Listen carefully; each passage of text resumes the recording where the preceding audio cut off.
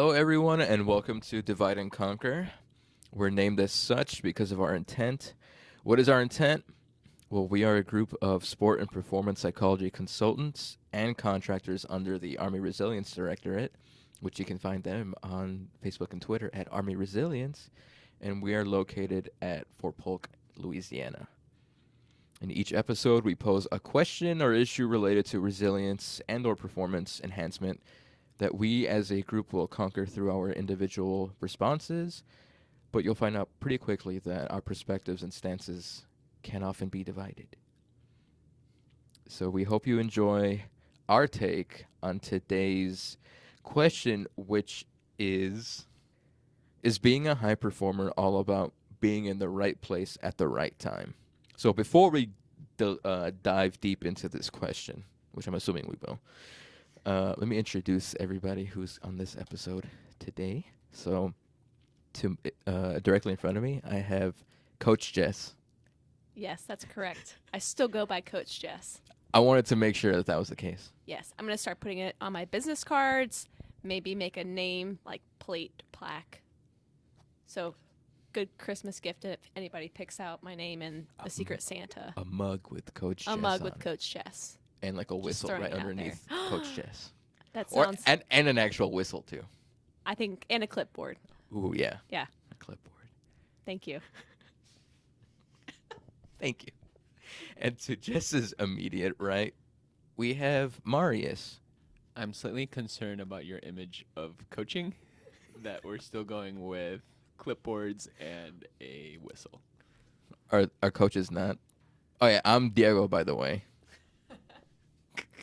It's been a while, so I'm assuming this one's probably gonna be our first one back. I know we had a sabbatical hiatus break, however you want to call it, end of season 1, for a variety of reasons.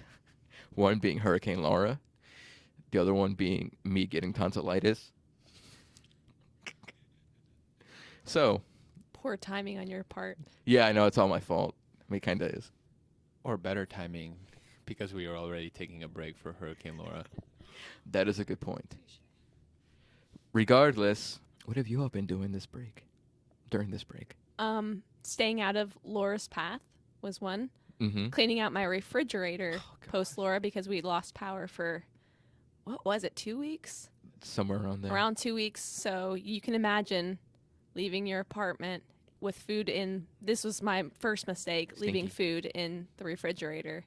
2 Same. weeks of no power. And I came back to, it was interesting. I would not use the word interesting, but I understand how you got there. Yes. I was very, I guess, upset with myself for not forethinking that and forecasting the fact that 2 weeks potential, like more than a couple days of no power, and what that might mean for the many vegetables I had in my refrigerator. Yeah. Oof. In addition to going through the exact same thing, I'm feeling especially grateful for power and internet. Because we came back, and at least I didn't have internet for another week post us getting back. And it's been interesting to realize how much we take it for granted. And Granted. Yeah, I can't. Making this man doubt his entire life up until this point. So Marius was off the grid for an extended period of time and made him realize how fortunate we are and how we shouldn't take internet and electricity for granted. Yes, I, on the other hand, had a COVID scare in addition to everything that's been talked about. But turns out it wasn't COVID. It's tonsillitis. Yay! You know, it could have been worse, but at least my symptoms weren't bad. Anyway, back to the task at hand. Sorry to take everybody on a tangent, but this is our first one back. All right, so you deal with it. So the question, restating it again, is being a high performer about being at the right place at the right time? My interpretation of it would be that is not the case. I think, at least the way the question is currently stated and formulated, that is not what being a high performer is all about. Being a high performer there is a big element of consistency And I think waiting and relying and hoping that you're at the right place at the right time is leaving too much of your performance up to chance. And I mean, we preach all the time. It's like a lot of mental skills training is to help you respond to a high level, regardless of the environment, regardless of the opponent, making the most of what you currently have, so that way you're able to influence your performance much more rather than leaving everything up to luck. So if you're concerned about being at the right place at the right time, then I think that sort of goes against the ethos of what it means to be, or what it means to use mental skills training, what it means to be a high-performing athlete. I actually interpret the question a little bit or differently, I should say. While I don't think high performance is all about being at the right place at the right time, or is that, at the right Yes. place in the right time, or at the right time. Grammar. Semantics, really. Yeah, semantics. Okay. So the word all is, if we were to pitch that and chuck that, I think being in the right place at the right time is a very big factor. Yes. But I also would use what you said and just tailor it to if I am controlling my environment to a degree. So if I'm putting myself in the right situations with the right people around me, then it is, in fact, the right place at the right time. So I think that we have a lot of control over certain aspects, and those aspects then create this environment that we can work in and the conditions that we work best in. So even thinking through, if I can choose certain people to work on projects with me, if I can choose different people to mentor me, if I can find the right organization or the right place for me, then, and really a lot of that goes back to knowing yourself and knowing what you need to be at your best. And if you can hone in on that, then you can put yourself in a situation where, in fact, you are more often than not in the right place at the right time. So you can stabilize, like you mentioned, the consistency part. And that's where we get that high level over time or across time, and being able to manipulate the situation to your benefit. I like having the two of you speak first, because then I can take the best ideas from both of you and This is what I like. synthesize. I agree with both of you. I think when I consider this question at first, I disagree, which is what Diego was voicing. And I like that he mentioned that consistency piece. And then I like what you were saying about they find what they can control. These high performers find what they can control. And over time, they learn how to place themselves in the right place at the right time. And I would add on top of that, that they make whatever place they are at whatever time they're in the right place at the right time. So they take the situation that they're in and they make the most of it. And to me, that brings in that consistency piece, because when I think of high performers, it's not necessarily people that will always be succeeding 100% of the time. They go through their failures, they go through a lot of adversity, but what they're doing is they're making it better. So let's say you're placed in a terrible situation, so it's the wrong place at the wrong time, they're going to find a way to slightly make it better. And to me, that's a sign of high performance, and that can be a sign of consistency. So when I look at that word consistency, it doesn't necessarily mean consistently succeeding. It just means consistently bringing out the best that they have and giving the best that they have to that situation. Right. Right? And so that's how I marry your two takes, by taking this idea of consistency, but then also taking just what you were saying of kind of placing themselves in the right place at the right time. And I think additionally it's having this mindset of whatever place at whatever time, I will make it right for me. And I think at risk for people being like, oh, he's just saying that because Marius just said that. But I think the making or the point about making wherever you're at the right place at the right time. I think that's what I was trying to get at because, I mean, I was addressing this with a question at face value. So I don't agree with that question the way it is. But if you add a little piece like being a high performer is about making the yourself in the right place at the right time, I would be in much more agreement with that statement as opposed to how it's currently stated. But also, I think, Marius, you bring up a good point of, I think people view consistency in terms of outcome much more than something like effort or I would maybe say smart effort as well because you could pour tons of energy and time into the wrong things, and whereas if you poured the same amount of energy into the quote-unquote correct things, you'd probably get much further along, whichever skill or domain, whatever you're in.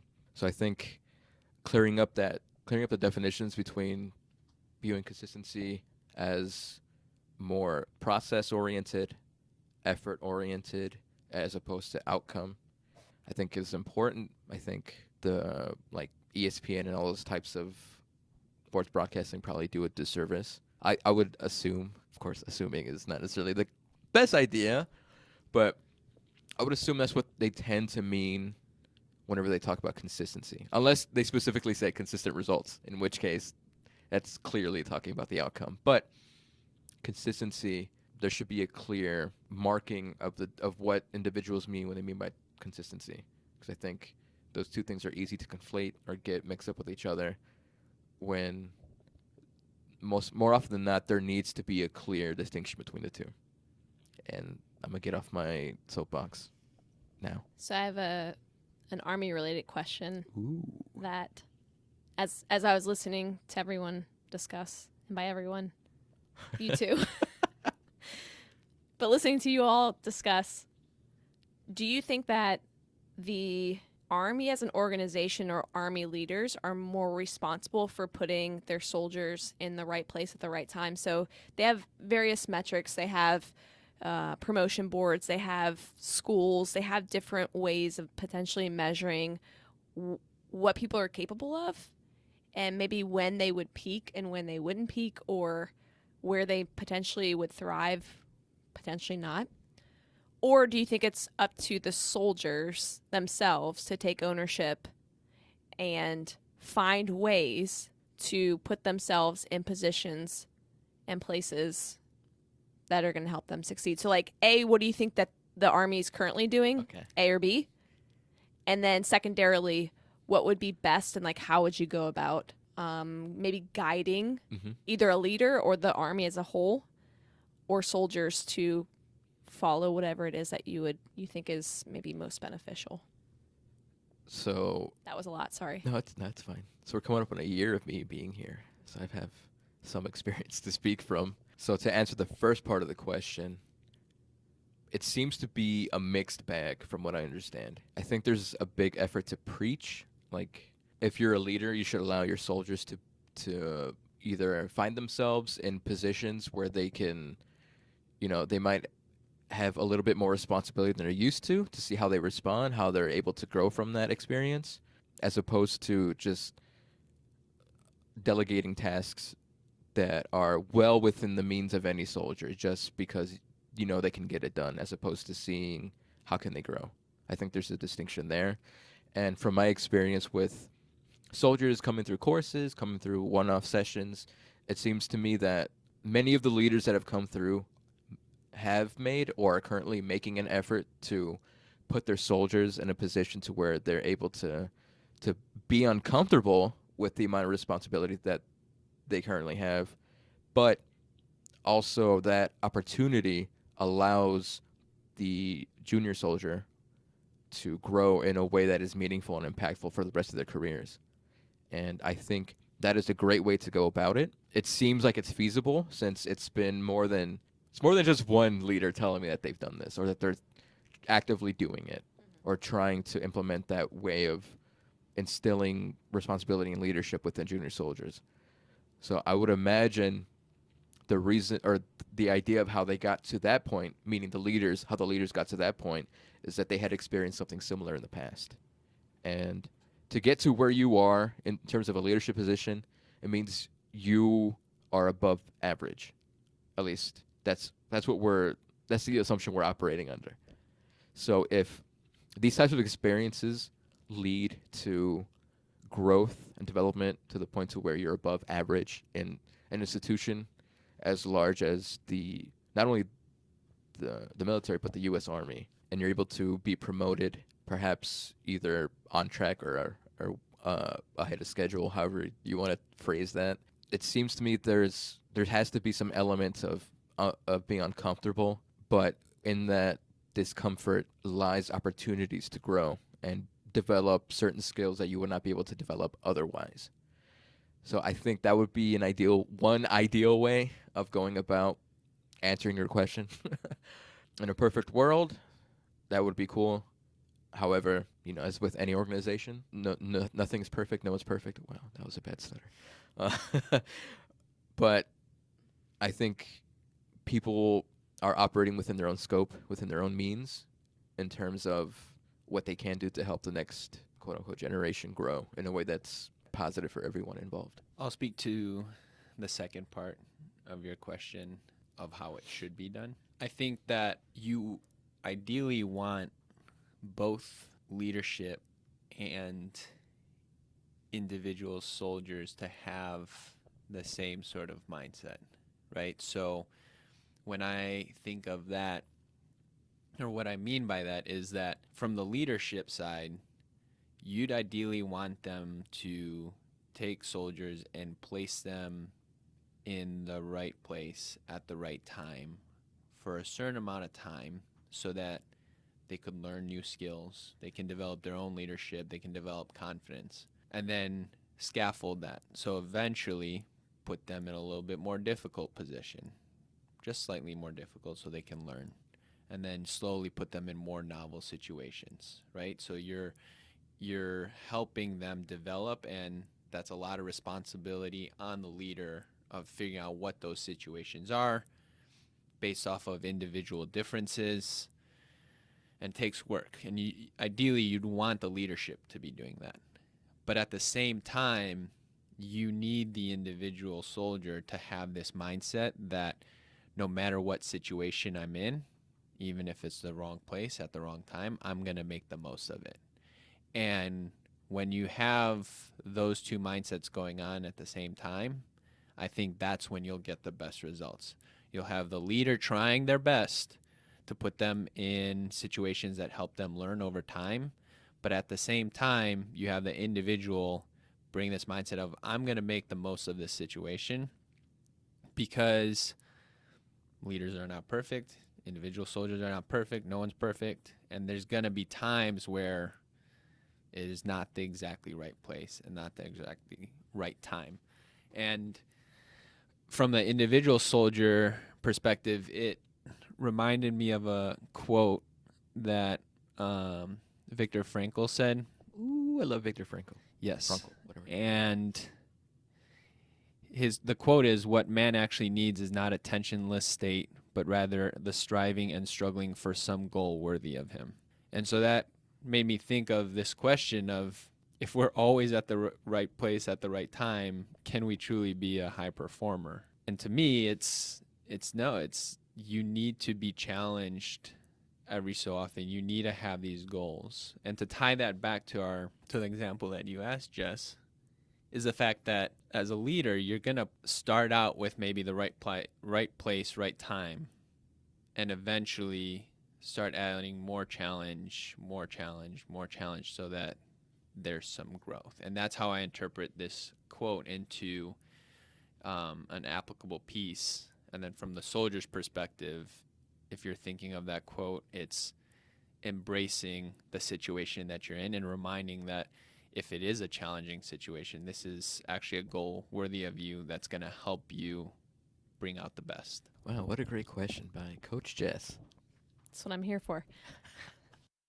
Okay, so something that I would like to clear up on my end is when I refer to right place, right time, I am not thinking that for that performer, it's smooth sailing, or it's not a challenging environment, or that you're not going to have obstacles to overcome. I think that's potentially the exact right place and right time is when you're being highly challenged, when things are difficult. That may be exactly where you need to be. So when I say right place, right time, I'm not meaning things are great. I just mean it's you getting out the most out of your performances that you need in order to grow, whatever that looks like, and with the right people that are going to provide the support for you to continue to grow. In saying that, I've been thinking through, after asking that question, thinking through how, I think in general, I'm the type of person that ownership over your own performances is number one. You can't rely on other people. So I'm always going to say I think the soldier has to take ownership and be proactive in knowing how to ask for what they need and finding and seeking out exactly the resources, the people, the opportunities. And also, yes, to your point, Marius, like we need to layer in, and to your point too, Diego, layer in these leaders who also have an understanding of what their people need. So if it's, and then from there, like, I think you could look at low performers are going to need a lot different direction than these other performers who are maybe more steady. And then you have these other performers who potentially are just always seeking after challenges, always trying to strive for high things.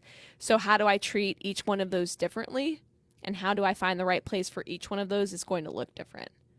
For example, the low performer probably needs a lot more structure, probably needs a lot more heavy-handedness from the leader.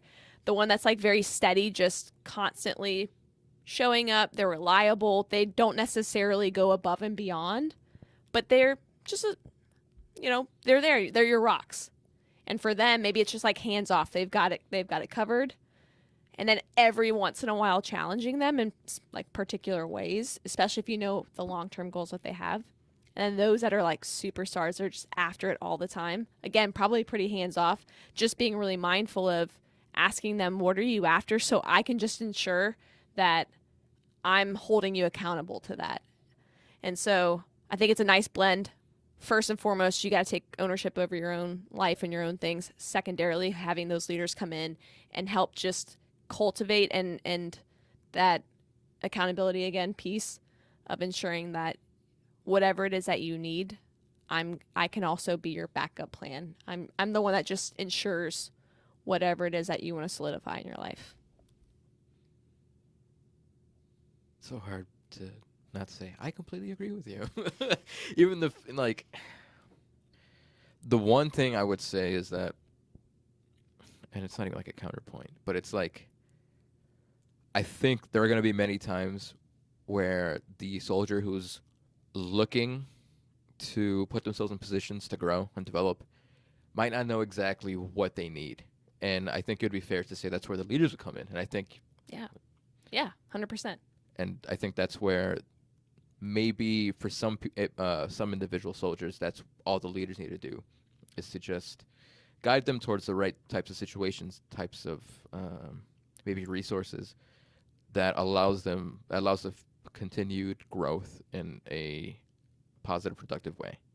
With that said, I think there's an assumption that soldiers, I think this can apply to anybody, not just soldiers, but there's an assumption that people really know what they want in terms of their profession, life, personal relationships, whatever it may be. And I think people have an idea of what they might like, or what they might want, rather. I think there's a distinction to be made between like and want, what they may want. And that may not necessarily be within their own best interest or necessarily help facilitate their growth in a way that can, of course, maybe change their life or at least keep them on the right track, whatever track that might be. And that takes a special, well, I don't want to say special, that takes the honing of a certain skill, aka self-awareness, and maybe some sort of wisdom along with that to keep someone pointed true north. Or is it due north? True north, due north? True north. Okay. And Due north. Okay. Depends. I'm keeping all of that in there. So I want to pose a question for us. If we have a soldier listening to this that wants to be a high performer or is looking to make whatever situation they're in the right place, find themselves in the right time, what would you guys recommend? What are things that they can tangibly work on? What are skills that they can work on? Questions for self-awareness, whatever it might be, in order to kind of further that path towards high performance? Well, one potential route would be to find out your local phone number or address for your R2 Performance Center. Shameless plug. But seriously, I think there would have to be a lot of introspection involved, a lot of looking towards your inner self, however cliche that might sound. But I think it's a necessary thing. I mean, probably for everyone, to be honest, but especially so for an individual who's looking to either, just say, consistently be a high performer or go towards being a high performer. I think that self-awareness, I mean, it's the first step, right? And from there you can go to self-regulation. But not only being self-aware, but truly being honest with themselves. Try to tease apart what are my true strengths and true weaknesses, and how do those strengths and weaknesses interact in, I would say, actually, the more mundane, tedious parts of my life, but also the extraordinary situations I might find myself in terms of where making a decision can either lead to the next level of performance or staying where I currently am. You know, it seems kind of straightforward and simple, but as with many simple and straightforward things, it's not always the easiest. Or make sure that I don't try to make this type of process a diminutive thing or try to make it less than it could potentially turn into, because it can be a lifelong process, to be honest, and it probably is. And given any individual, there's probably more than one way to go about achieving high performance at a consistent level. But that's some of my 2 cents right there, if that makes grammatical sense. I think the first step would be to define what it is that you're after as far as high performance. There's plenty of ways in which you could define what high performance looks like, and coming to terms with your own definition rather than allowing someone else to define that for you, allowing a book to define that for you, allowing just societal norms to define that for you. So if I have what it is that I'm after, then setting the bar high, having really high standards for what I want to accomplish on a daily basis, a weekly basis, monthly basis, yearly basis, whatever it is. So if I'm the type of person right now that just I'm going to max them in, well, I need to set the bar higher, set the standard higher for myself, because when we hold ourselves to a higher standard, even if we miss that mark, we're still in a trajectory that's moving and trending upward, rather than if I shoot for I'm going to max them in and I underperform, then I'm not even hitting that standard, which is the minimum. So if I can find someone as well to hold me, again, accountable, so that 365 feedback that probably everyone's heard of I need to get feedback from someone that is, I would consider a boss, a superior, a supervisor of some sort. Hey, here's my goal. Here's what I'm after. Here's the bar I want to set. Ask them, am I doing that? And then if not, what are some behaviors, actions I can take to hit that? Same thing with a peer, and same thing with someone maybe that is, if you have followers or subordinates, ask them as well. And so I think first, just again, clearly defining, setting that bar high, and then making sure that you're getting the feedback that you need to ensure that you're on the right track. Because it's hard from your own perspective to know if you're making progress. It's hard to see some of those minor and major increments that you're making. So seeking out someone outside of yourself, and not just one person, multiple people from different vantage points. Are they all saying the same thing? Are they all seeing the same things? And then notice those trends, and then how can I get a little bit better the next day? 360. Yes, 360. I think when you add Diego's piece of awareness and then your piece of defining exactly what that high performance looks like for you, that's the great first step.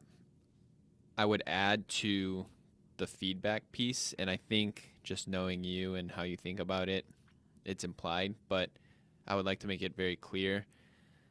And I also rely on my previous experience as a coach, as a teacher, in positions of leadership, how beneficial it is when someone comes to me and says, these are my goals, right? So I wanted to be very clear that when we're saying feedback, it's not just you go out, you perform, and then you say, hey, what did you see? What did you think? I think an integral part of that is setting the expectation or allowing a leader, a peer, a battle, whoever it is, to know what they're looking for.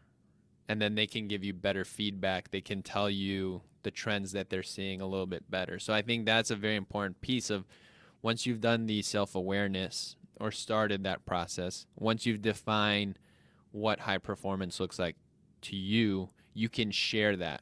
And that brings in the point that you were making about, Army culture and what we're looking for, what would be ideal.